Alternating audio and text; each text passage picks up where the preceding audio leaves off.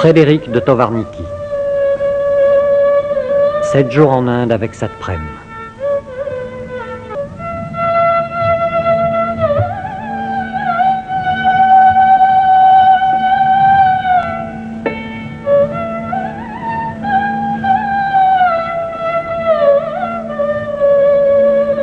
Dans sa retraite, au cœur des montagnes bleues, dans le sud de l'Inde, Satprem poursuit le récit de cet étrange roman d'aventure que fut sa vie.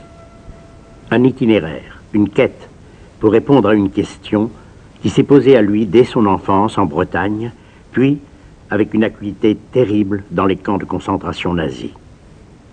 Qu'est-ce que l'homme? Quel est le sens de tout ce qu'on vit? Après sa rencontre avec Sri Aurobindo et Mère, sa compagne, qui dirige l'ashram de Pondichéry, il repart pour la Guyane, devient chercheur d'or, s'enfonce dans la forêt vierge pour y sentir vibrer, dit-il, la source de la vie. Mais ce bond en arrière dans le passé de la Terre ne lui suffit pas. Ne faut-il pas plutôt aller vers l'avenir? Il se souvient du regard de Sri Aurobindo et de Mère. Il repart pour l'Inde, devient sannyasine, moine mendiant, et nous raconte ici ce que c'est que d'errer dans l'Inde du Sud, sur les routes, jusqu'aux pentes de l'Himalaya, territoire des yogis et des gourous. La vibration des temples, la marche interminable pour chercher la réponse à une question. L'Inde fascinante, mais aussi somnolente. Mais que ramène-t-on de l'Himalaya?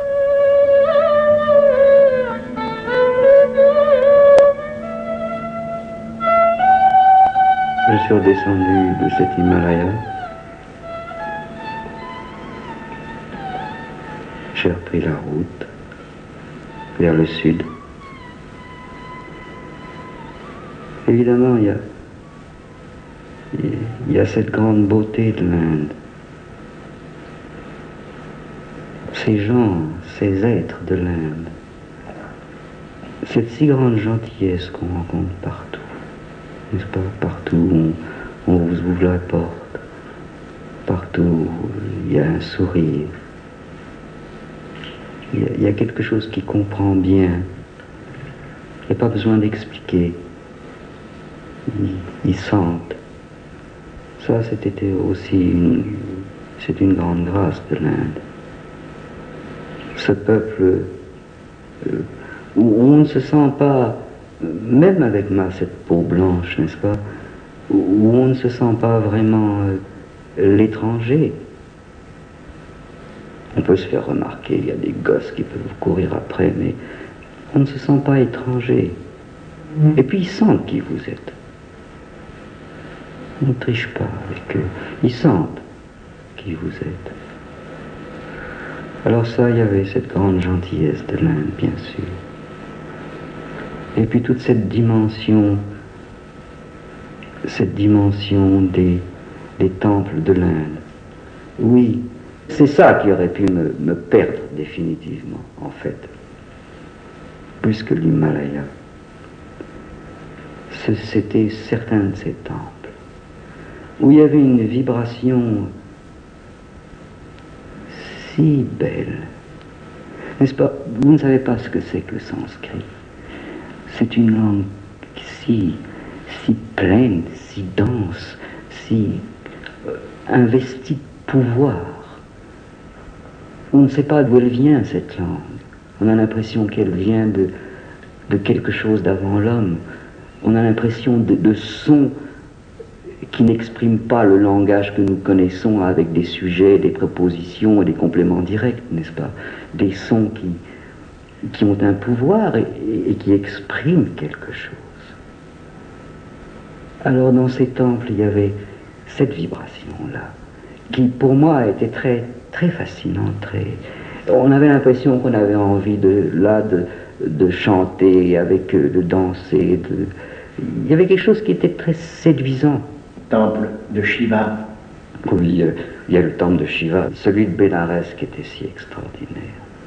Là, on sent qu'on peut très facilement se perdre. Mais je dois dire que j'avais connu quelque chose comme ça en Égypte. La première fois que je suis allé en Égypte, c'était au lendemain de la guerre, n'est-ce pas? Je ne connaissais rien, j'étais alors là vraiment un petit occidental. L'Asie, pour moi, c'était la géographie et c'est tout. Et les religions, les histoires spirituelles de l'Asie, je n'en connaissais rien du tout.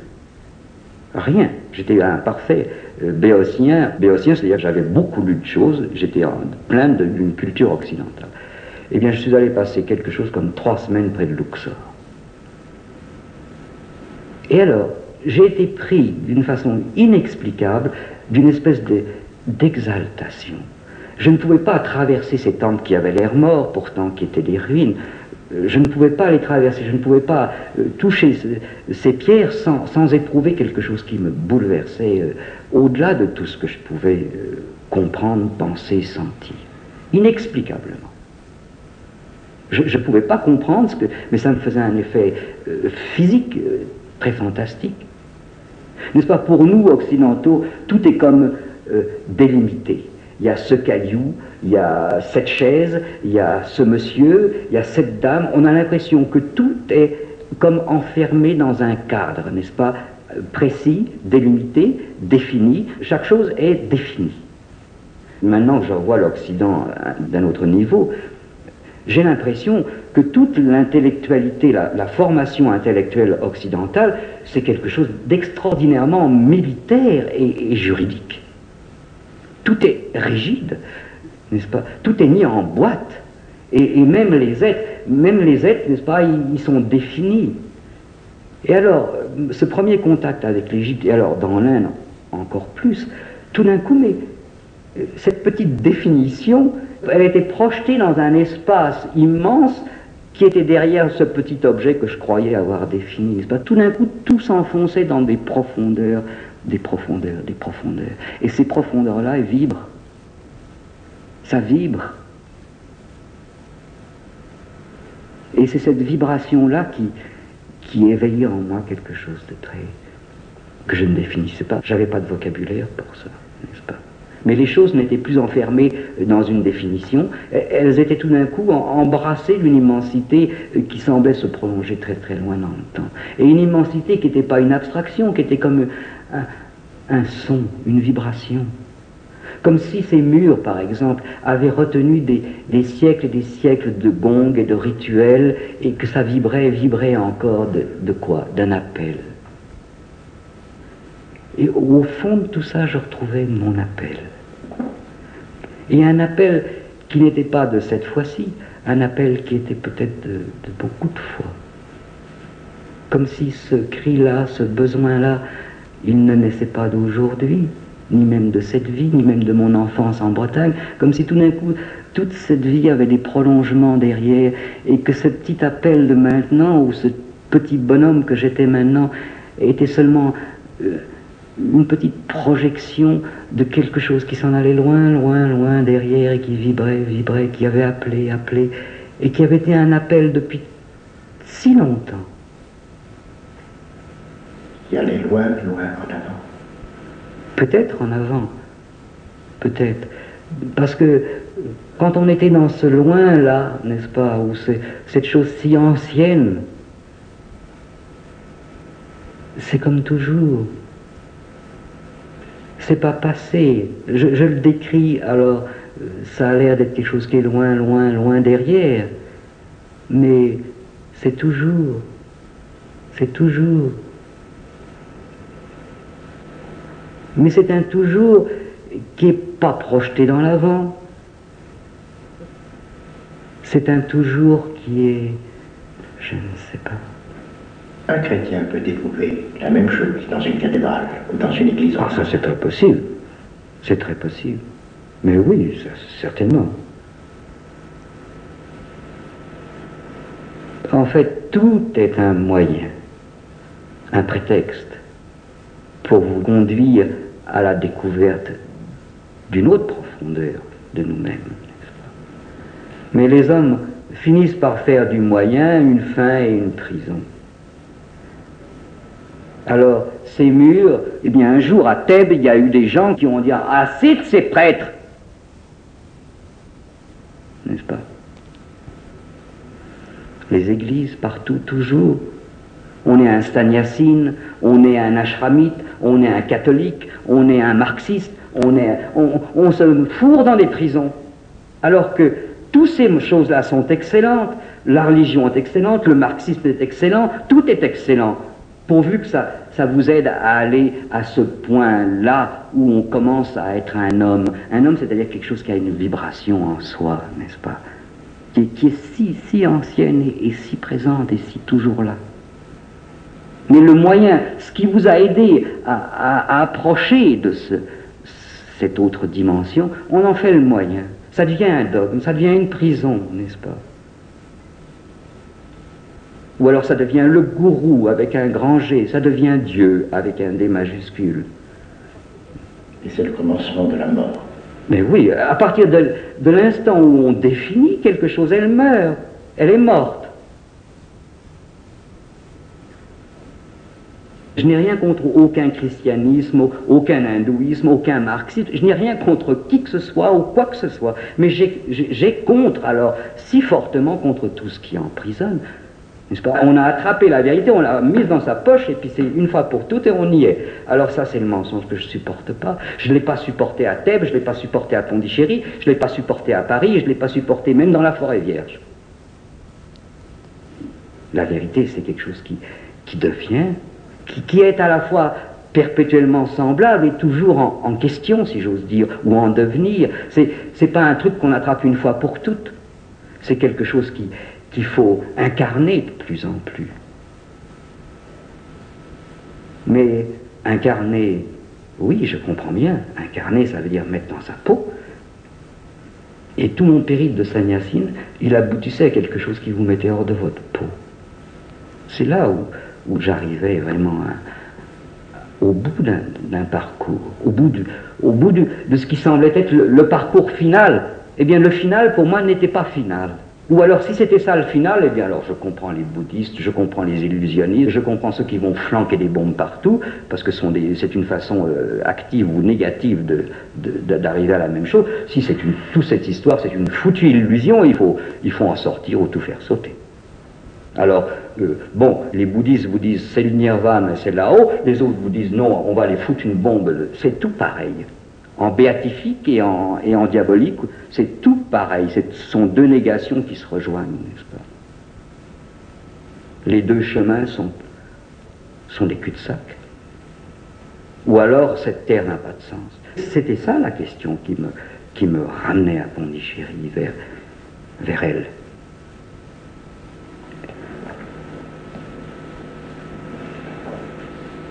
Après, qu'est-ce que c'est marcher sur les routes de l'Inde? Alors marcher, c'est quelque chose que j'ai toujours aimé, de n'importe quelle façon. J'aime bien quand on s'épuise, quand le corps arrive à l'extrême limite de sa ressource. Alors on commence à basculer dans un autre rythme. C'est plus le corps qui fait un effort, c'est quelque chose d'autre qui vous porte. On marche, et il y a un grand rythme au bout quand on dépasse le stade de la fatigue, quand on dépasse un certain stade, c'est un grand rythme. Alors sur les routes de l'Inde, eh bien, oui, je ne peux pas dire que c'était vraiment plus qu'ailleurs, parce que c'était la marche. Sinon que les êtres, je me sentais dans un pays où on pouvait respirer mieux. Ça, l'Inde, c'est une grâce de ce pays où c'était, je ne sais pas, maintenant je ne sais pas si on peut en dire autant. C'est une grâce de ce pays, il y a vraiment un air particulier. Mais, n'est-ce pas, j'étais au bout de la question humaine, après avoir traversé toute cette Inde, et avoir connu ou touché un peu de ce qui était son idéal. J'étais au bout de l'humain. Je n'avais pas de réponse. Ou alors la réponse, c'est de s'en aller.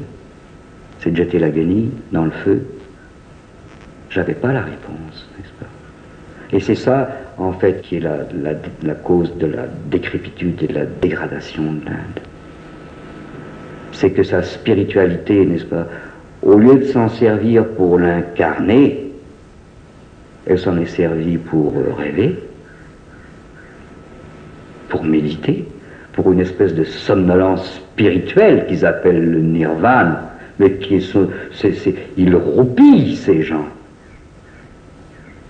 Ils roupillent. Agréablement, vastement, mais qu'est-ce qu'ils sont et qu'est-ce qu'ils font pour la terre? C'était ça à quoi je me heurtais partout. Je revenais toujours, je me cognais contre ça. Quel est le but de ce corps humain, n'est-ce pas, qui était cet enfant au bord de la mer et qui regardait l'immensité et qui avait l'impression qu'il y avait quelque chose à vivre? Alors le bout de tout ça, on ferme les yeux et puis quoi? C'est ça le bout? Mais le gosse que j'étais à regarder la petite vague, il n'aurait pas accepté ça. C'était pas ça la vie divine. C'était pas ça. Et pourtant, tout au début de l'histoire de l'Inde, d'autres avaient compris. Les rishis, il y a 5000 ans, 6000 ans, 7000 ans, ceux-là avaient compris quelque chose du secret. Et ce même secret que Sri Aurobindo et Mehr ont découvert. Et c'est ça, au fond, au bout de ce circuit indien, n'est-ce pas, je revenais à cette source-là, qui est la vraie source de l'Inde, n'est-ce pas, qui est le vrai pourquoi de cette vie. Ce n'est pas dans l'au-delà que se font les choses, mais ici. Mais alors pourquoi, si c'était dans l'au-delà, pourquoi est-ce que diable est-ce qu'on prendrait un corps? Comme ce Nanga Sanyasine, il dit, bon, c'est fini, on jette la guenille au feu, puis voilà, on est libre. Mais quel est le sens évolutif de tout ça? Alors on a fait des flagellés, on a fait des grenouilles, on a fait des poissons, on a fait des singes, on a boulonné à travers vraiment des millions d'années et souffert. Et pourquoi tout ça? Pour finir dans une petite méditation spirituelle. C'est pas acceptable. Ça n'a pas de sens. Toute cette fichue histoire et douloureuse histoire et extraordinaire histoire n'a pas pour but une si pauvre chose. Si un premier embryon d'être s'est mis à grouiller sur la terre, c'est que ça doit avoir un sens sur la terre, n'est-ce pas? La vérité, c'est quelque chose qui doit avoir un sens dans ce corps. Une évolution, ça se fait pas dans les circonvolutions cérébrales. Mais ça s'est fait dans des nageoires, ça s'est fait dans des pinces. Bon, ça se fait provisoirement dans un certain nombre de circonvolutions qu'on a gonflées excessivement, mais c'est pas par là qu'est la plénitude de tous ces millions d'années. C'est pas possible, ça va être quelque chose dans la peau, ça va être quelque chose dans le corps. Et c'est là où Mère m'a pincé. C'est là où elle m'a attrapé. Mais l'enseignement du Bouddha lui-même, le chemin qui conduit au dévoilement de l'illusion et à un centre de la conscience, cela vous ne le mettez pas en question, bien sûr. Mais il y a une façon illusoire humaine de vivre, ça c'est évident. Une illusion provisoire utile, mais il est certain qu'il y a une apparence à traverser. Il n'y a aucun doute. Sortir justement ces séries de petits objets que nous mettons en boîte, il faut sortir de cette boîte-là. Ça, il n'y a aucun doute. L'illusion et le mensonge, c'est ça. C'est tout d'un coup. Alors, c'est tout d'un coup de percer dans une dimension vraiment plus vaste. Mais ça, c'est le premier pas. C'est pas la fin. C'est le b.a.-ba. Bon, une fois que vous avez traversé cette croûte, cette petite boîte où vous enfermez toutes les choses et les êtres, une fois que vous avez traversé ce bout de carton-pâte, parce que c'est rien de plus que du carton-pâte, parce que vous avez traversé ça, qu'est-ce que vous allez faire de ça? Après, qu'est-ce qui se passe? C'est ça la réponse que tous les yogis n'ont pas, et que les illusionnistes n'ont pas, et que les bouddhistes n'ont pas. Ou alors ce sont les sous-produits du bouddhisme. Les sous-produits du bouddhisme. Non, mais si on lit les textes du Bouddha lui-même et l'enseignement des maîtres principaux, on est quand même à un autre niveau. Oui, ça, il y a encore tout un monde, n'est-ce pas, entre ce qu'on dit, appelons-les les prophètes ou les illuminés, comme on veut, et puis ce que leurs descendants et leurs disciples et les églises qu'on a fabriquées, n'est-ce pas? Qu'est-ce que nous savons des vraies paroles du Christ? Qu'est-ce que nous savons des vraies paroles du Bouddha, n'est-ce pas? Nous n'en savons rien, vraiment. Alors, quand je parle de bouddhisme, je ne sais pas le Bouddha que je mets en cause. C'est toute l'église qu'on a fabriquée autour. Vous rappelez-vous de la position de Sri Aurobindo par rapport, non pas au bouddhisme, mais à l'enseignement du Bouddha lui-même? Mais c'est très difficile d'en parler parce que le bouddhisme est devenu le synonyme d'une certaine façon d'être et de vivre. Alors on ne peut en parler qu'en tant que bouddhisme, pas en tant que Bouddha. C'est pas possible. Il a été très utile dans l'évolution des consciences humaines pour vous aider ou vous pousser à crever certaines apparences. Mais alors c'est le premier pas. Et quel est l'autre pas? C'est là où j'arrivais au bout de ma course, n'est-ce pas? Et je n'y arrivais pas philosophiquement, j'y arrivais aussi concrètement que possible. Parce que j'étais toujours ce même gosse, n'est-ce pas, qui regardait l'immensité de la mer et qui se disait, mais où est mon secret? Où est le secret de mon être, de ce corps dans lequel je suis? Mais déjà, l'enseignement de Sri Aurobindo vous éclairait. Oui, mais Sri Aurobindo, je le disais, j'ai lu du Sri Aurobindo, c'est entendu. Mais je ne sais pas, c'est comme si je disais à travers les pages. Je me suis baladé avec la vie divine sous le bras, je vous l'ai dit, mais je me baladais avec le monde de Sri Aurobindo, avec son atmosphère, avec ce qu'il représentait. Et quand je lisais une page ou deux pages, c'était même pas des mots que je regardais. Derrière, je sentais un espèce de regard ou une profondeur, et j'aimais être en compagnie de ça. Même sa philosophie, que je connaissais un tout petit peu, c'était même pas ça vraiment qui me tirait. J'avais fini le tour de l'intellect à 19 ans, n'est-ce pas? J'avais lu des centaines de livres, et une fois pour toutes, j'avais compris qu'il n'y avait pas de réponse dans les livres. Alors, dernière image de ce chemin indien. Vous, Sannyasine à la peau blanche, vous marchiez sous le regard d'une population indienne bienveillante. Ah oui, c'est plus que bienveillant, ils sont gentils. Et la vraie gentillesse, c'est pas la gentillesse qui n'est pas du sourire sur les lèvres, qui est du cœur. Ça, c'est vraiment la grâce de ce pays. Il y avait cette grande gentillesse. Mais enfin, n'est-ce pas, j'allais pas passer ma vie, j'avais besoin d'un autre sens à tout ça. J'avais besoin de toucher quelque chose de plus véridique que tout ça. Quelle région de l'Inde avez-vous parcouru? Beaucoup le Bengale, et puis, enfin j'ai traversé toute l'Inde, quoi. Et puis, je suis remonté par Bénarès, Brindavan, enfin l'Himalaya.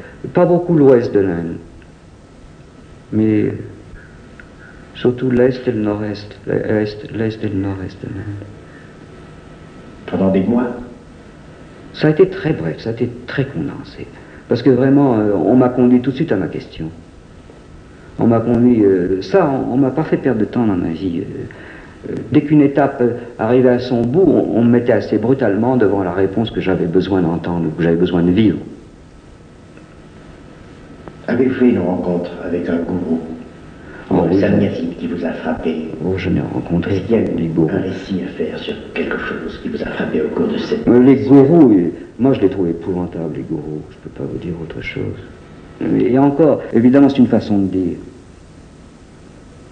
Parce que, en fait, tout est le gourou. Chaque instant, chaque chose, chaque rencontre, chaque accident, chaque événement, c'est le gourou. Tout est là pour vous montrer le chemin. Seulement, on ne s'en aperçoit pas. On prend les choses, comme d'habitude, comme on a l'habitude de les prendre. Mais si on savait regarder, n'est-ce pas, chaque chose est le gourou. C'est-à-dire chaque chose est celui qui vous apprend, qui vous indique le chemin. Chaque rencontre, chaque homme, chaque accident, chaque incident, c'est ça le gourou. Pourquoi voulez-vous mettre ça dans une peau vêtue de vêtements blancs et accroupie? N'est-ce pas? Je ne peux pas supporter tous ces gens-là. J'en ai vite fait le tour. Je veux bien qu'un certain nombre de ces êtres soient tout à fait sincères, n'est-ce pas? C'est entendu. Mais ce qu'en font les disciples, c'est ça qui est odieux. Ils en font des divinités, et puis alors, c'est très commode. Le gourou, c'est le gourou qui fera. Ça vous dispense absolument de faire l'effort et le trajet nécessaire. C'est le gourou est là, il fera le gourou. C'est toujours la même chose, le Dieu vous dispense de devenir ce que vous êtes. Mère disait ça très bien, elle disait c'est la paresse. C'est la paresse qui vous fait adorer. Ce qu'il faut, c'est devenir. Seulement, il faut du courage pour devenir. Il ne s'agit pas de s'endormir, n'est-ce pas? Et c'était ça, le glaive de mer, l'épée de mer. C'est vraiment, alors, là, on ne s'endormait pas. On ne peut pas s'endormir. Et on ne peut pas s'en remettre à quelque chose d'autre. Et c'est pour ça que je suis revenu. Au bout de ce périple, je suis revenu dans cet ashram. Cette fois-ci, je comprenais qu'il fallait que je surmonte toutes mes phobies des murs, des cadres, des conditionnements, pour elle, n'est-ce pas? Parce que l'ashram, je m'en fichais éperdument, mais il y avait elle. C'était elle que je voulais voir. Et alors c'est là où vraiment il y a aussi une autre grâce. Mais je crois qu'on a la grâce de son appel, n'est-ce pas? Ça, tout dépend de ce qu'on appelle. Et probablement elle a senti cet appel en moi. Et avec son sourire, son ironie, son défi. Il y avait toujours un défi au fond du regard de mère. Elle avait toujours l'air de vous défier. Voyons, tu peux, essaye. Il y avait vraiment un challenge, j'aime bien le mot anglais. Il y avait un défi au fond de ce regard.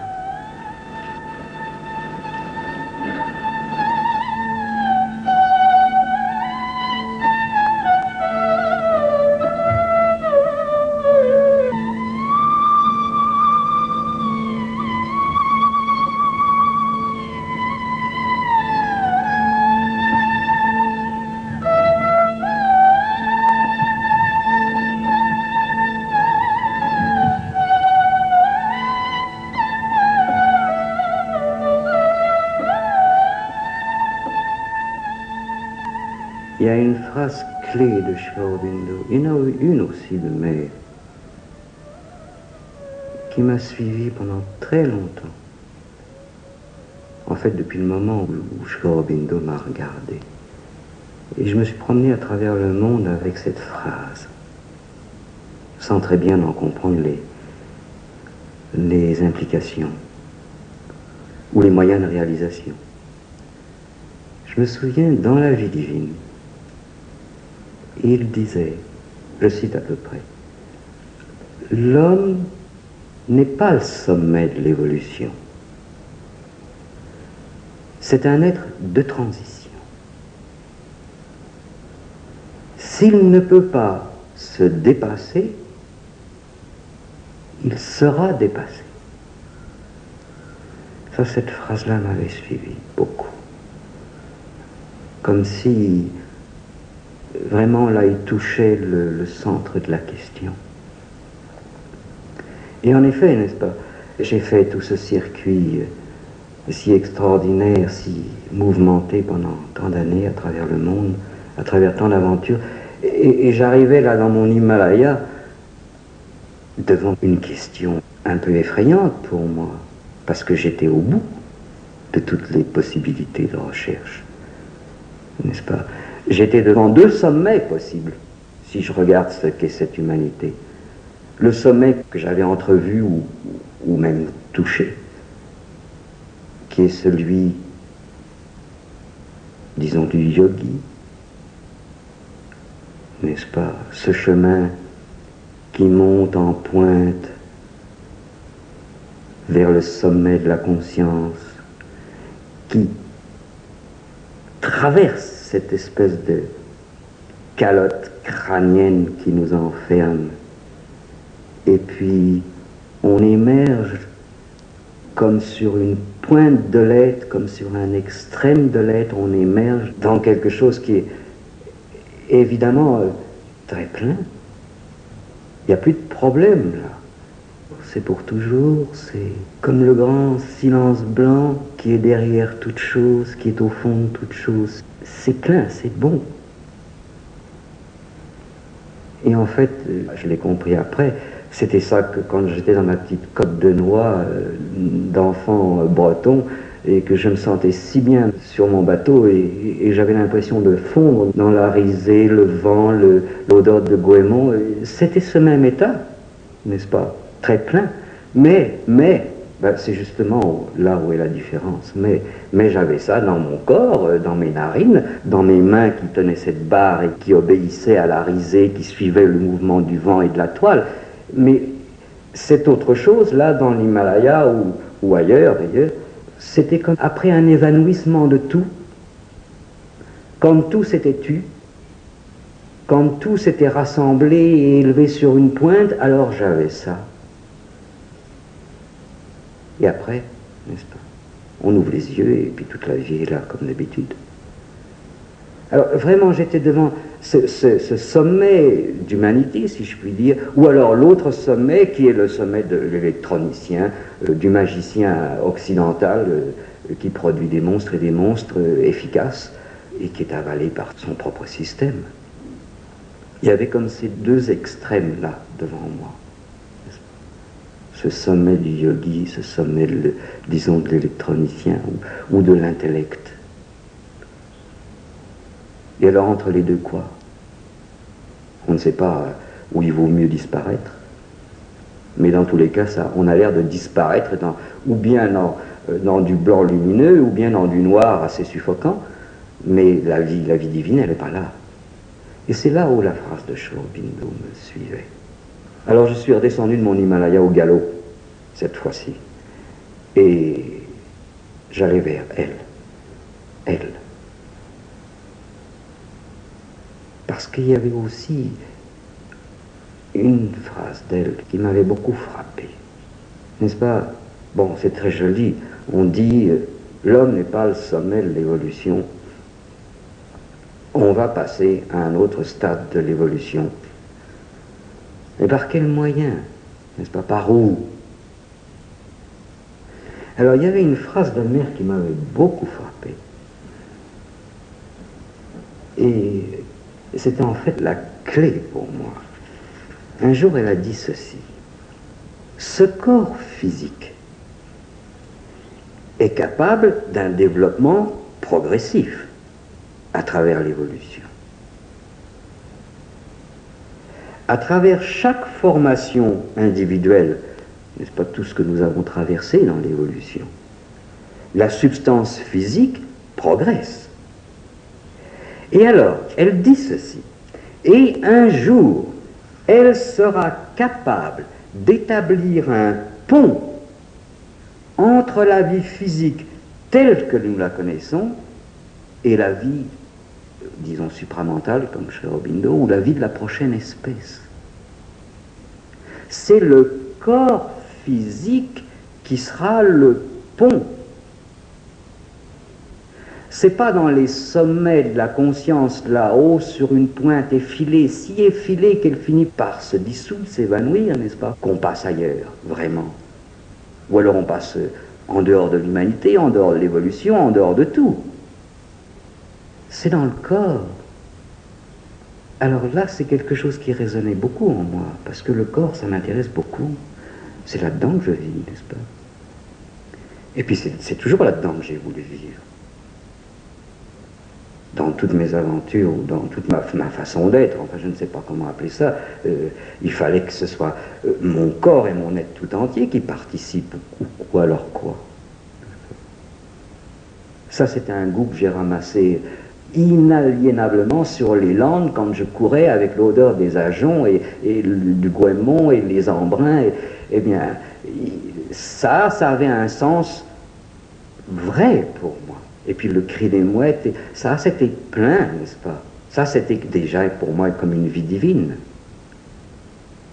Mais évidemment, on voit bien que cette vie-là n'est possible que quelques minutes privilégiées dans l'existence, qui n'était pas du tout la vie divine.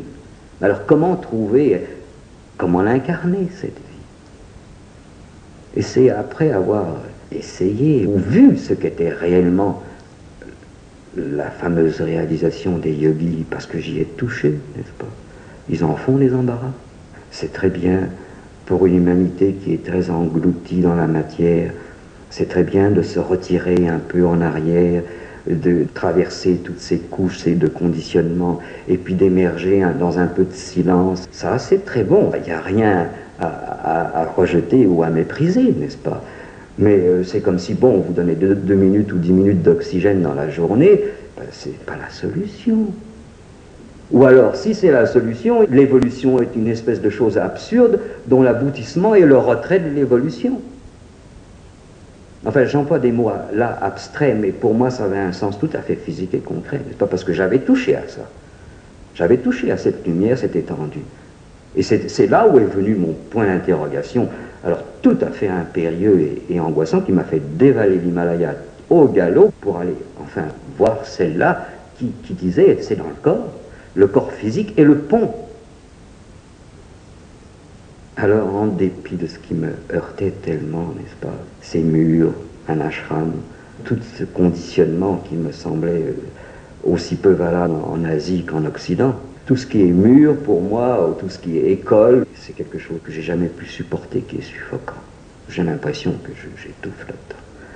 Mais enfin, il y avait elle dans cet ashram. Alors je me suis dit, il faut bien, j'ai traversé la forêt vierge, pourquoi est-ce que je ne traverserais pas l'ashram? Sachant que c'est comme ça.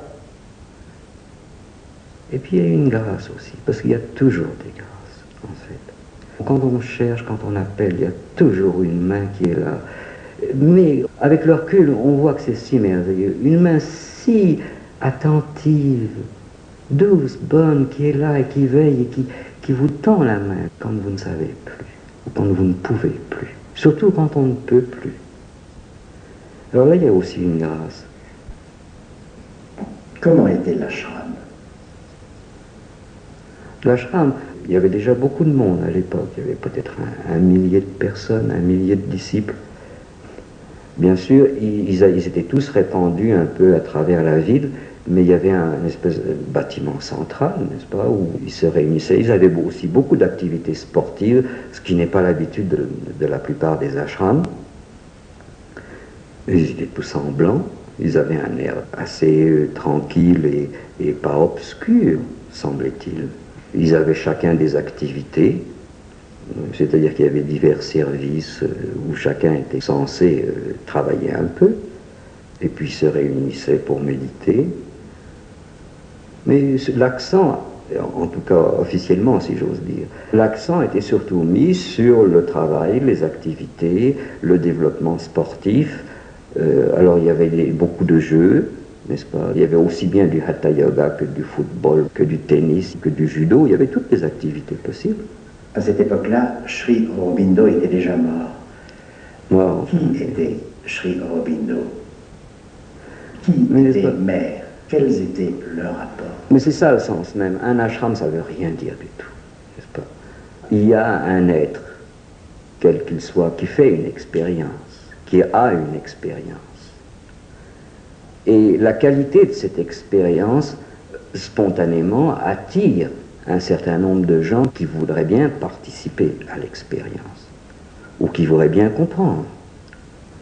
C'est pas nouveau, n'est-ce pas? Les Grecs connaissaient ça très bien. Il y avait les péripatéticiens, il me semble, qui avaient leurs disciples, et en marchant et en déambulant, ils communiquaient, ils échangeaient des expériences. C'est ça l'origine de l'ashram. Il y a un être qui a une expérience, ou un type de réalisation, et puis des disciples, comme on dit, qui viennent se rassembler autour de lui. Oui, mais le malheur est que les disciples, évidemment, grandissent, et puis l'ashram, ce qui est devenu un ashram, n'est-ce pas, par l'accumulation des circonstances, devient leur propriété, et le maître devient leur propriété, et c'est eux qui détiennent la vraie parole du maître. N'est-ce pas? Ça, c'est l'éternelle histoire partout. C'est celle que j'allais voir, d'ailleurs. Il me faut, si c'est possible, un petit point historique sur le rôle de Sri Aurobindo dans l'ashram, celui de maître, les rapports qu'on peut avoir dans le temps Sri Aurobindo et maître. L'action de ce que j'appelle le gourou, enfin, ou le maître, celui qui a l'expérience. Son action n'est pas tellement, pas toujours, en tout cas par des paroles. Sri Aurobindo a essayé d'expliquer un peu ce qu'il faisait, ce qu'il cherchait, n'est-ce pas, par écrit. Mère l'a pendant assez longtemps communiqué par la parole. Il y avait des entretiens le soir au terrain de jeu de l'ashram, n'est-ce pas? Mais en fait, c'était pas ça le principal. Le principal, c'est le pouvoir de rayonnement de l'expérience. C'est quelque chose qu'en Occident on a du mal à comprendre parce que tout a l'air mental. On fait des philosophies, n'est-ce pas? Alors on vous met ça en paragraphe, ce sont des idées. Parce que là, ce ne sont pas des idées, ce sont des forces.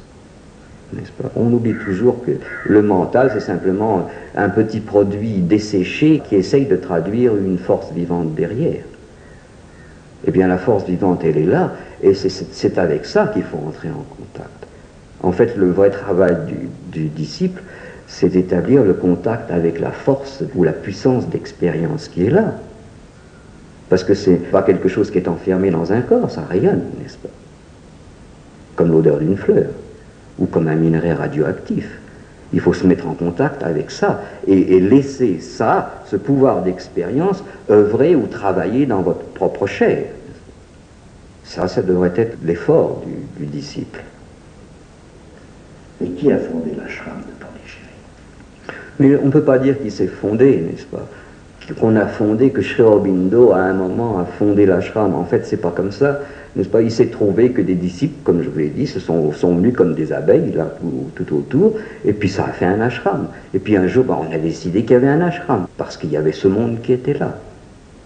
En fait, c'est ça, la vie de l'ashram, c'est le maître qui est là et puis un certain nombre d'abeilles qui viennent butiner autour. Et puis normalement, quand le maître disparaît, tout ça est fini. Ou alors si ça persiste après le maître, c'est une église.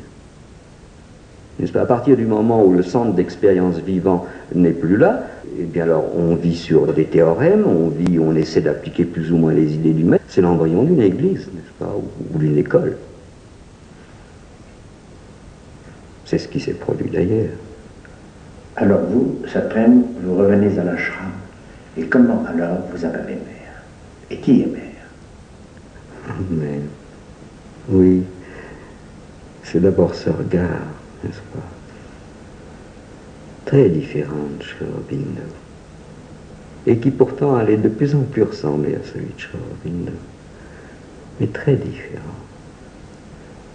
C'était un glaive de lumière, quelque chose qui perçait au fond de l'être, qui allait chercher une racine.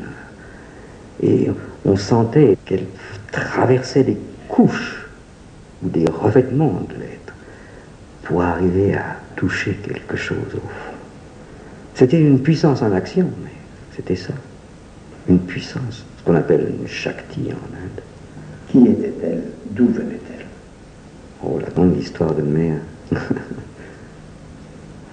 C'était une Française, elle était née à Paris, d'un père turc, d'une mère égyptienne. L'histoire de mère, c'était un roman. En fait, mère, c'est la plus grande aventure que j'ai jamais connue. On ne peut pas dire toute l'histoire de mère. Il faut pourtant un peu là. Il le faut. Mais elle aussi, d'une autre façon, elle a frappé un peu à toutes sortes de portes pour trouver quelle était la solution de l'homme, n'est-ce pas? Elle était née, évidemment, avec la conscience que cet homme, cet être humain n'était pas le produit final, qu'il y avait autre chose qui devait sortir de cet être et qui était le pas suivant de l'évolution.